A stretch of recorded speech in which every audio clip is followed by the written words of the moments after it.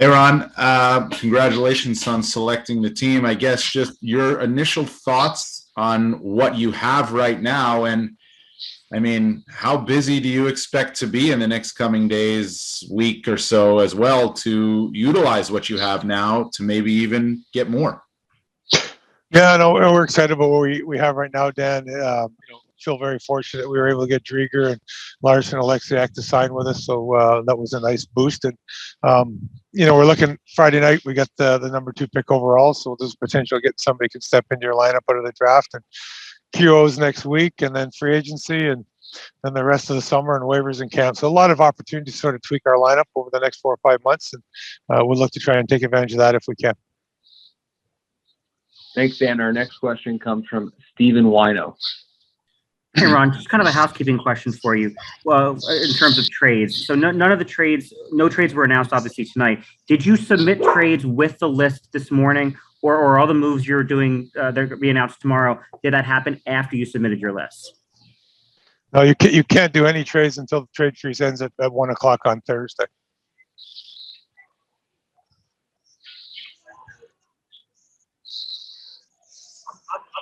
All right, thanks, Stephen.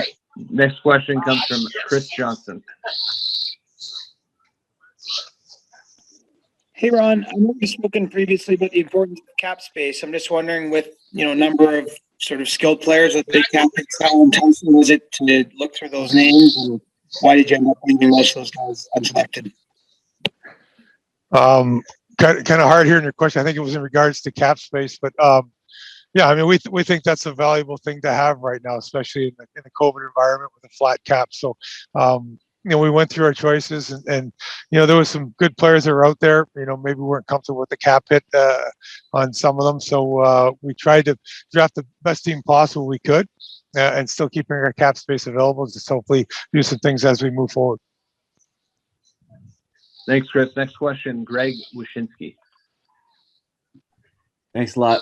Hey, Ron, in 2017, when Vegas had the same draft rules you had, they made 10 transactions leveraging the protection lists for prospects and picks and players that were on NHL rosters. Did you find the teams got a little bit smarter with the process and not allowing you to fleece them like George McPhee did in 2017? Well, I mean, I think we talked about that going into this. This was going to be so much different than what Vegas went through. There hadn't been an expansion draft in 17 years. Vegas did a good job taking advantage of the rules and sort of everyone's lack of experience in that environment. But the minute that one was done, they knew we were coming in. It was supposed to be 3 years, ended up 4 years. So they had a lot more time to prepare for us. You look at Vegas's expansion draft, they had nobody sitting on the outside that could affect their protection list of the other teams. We had Vegas sitting on the outside, and in fact, they were able to make a couple of trades which affected multiple protection lists for us. So it was a lot of different scenarios that came into play. And I think last time where GMs were more willing to, in a sense, overpay to protect certain assets. This time they learned from that, and they weren't willing to make the mistakes that they made last time. Thanks, Greg. Next up is Richard Lebet.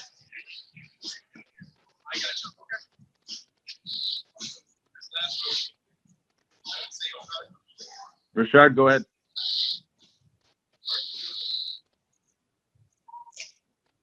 Okay, next question goes to Matthew DeFrank. Hi, Ron. What made Jamie Alexia an attractive piece for you guys, and why was it important to get him signed for 5 years? Well, we think he's really a good defenseman. He's 6'7". He's one of the heaviest players, if not the heaviest player in the game. Skates really well for a big man. He can play both sides of the ice. So, I think for us, it's important to kind of get those top 4 defensemen, and certainly he filled into that void.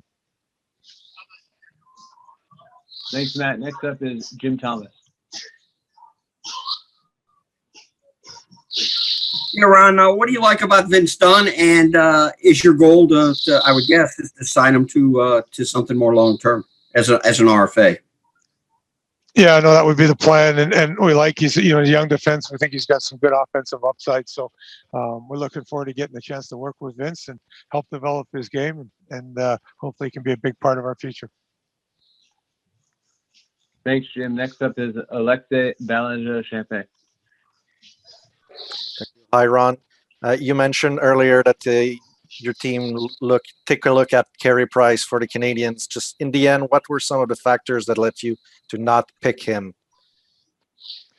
Well, I mean, I think anytime you hear the name Carey Price, you have to consider it, and we did. Not only as a goaltender, his reputation, the community is outstanding as well. So, we just, as we go through your selections, you look at different things and what options might be available and what the cost is, and at the end of the day, we decided to go in a different direction. But he's certainly a hell of a goaltender. Thanks, Alexia. Next up is Nick Kasanika. Hey, Ron. My impression is that your goal here wasn't to build the absolute best team for year one, but to be as competitive as possible soon, but while having sustained success. Is that accurate? Yeah, I think you got to look at a lot of different things, right? You can, for our standpoint, we've got a couple things we want to do. We certainly want to be a competitive team and try and win right out of the gate.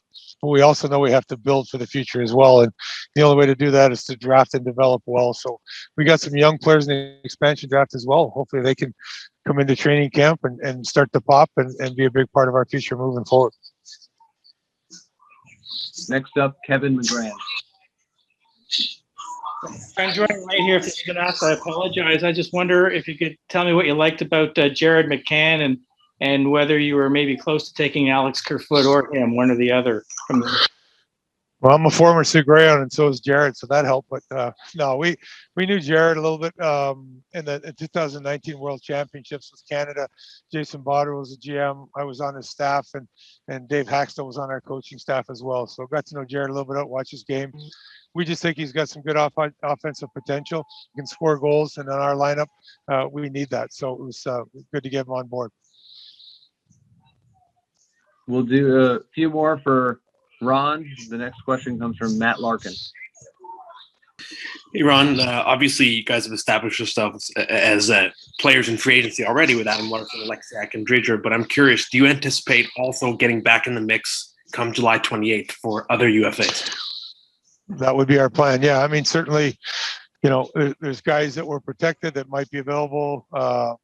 So we'll certainly look at who's out there on the 28th, and hopefully we can entice more guys to come and join us. Thanks, Matt. Next up is Greg Wyshynski. Hey, thanks. Hey, Ron, just to follow up, can you give us a sense of maybe how many deals are in the drawer for tomorrow when the freeze lifts? Probably a lot less than you guys are thinking might be.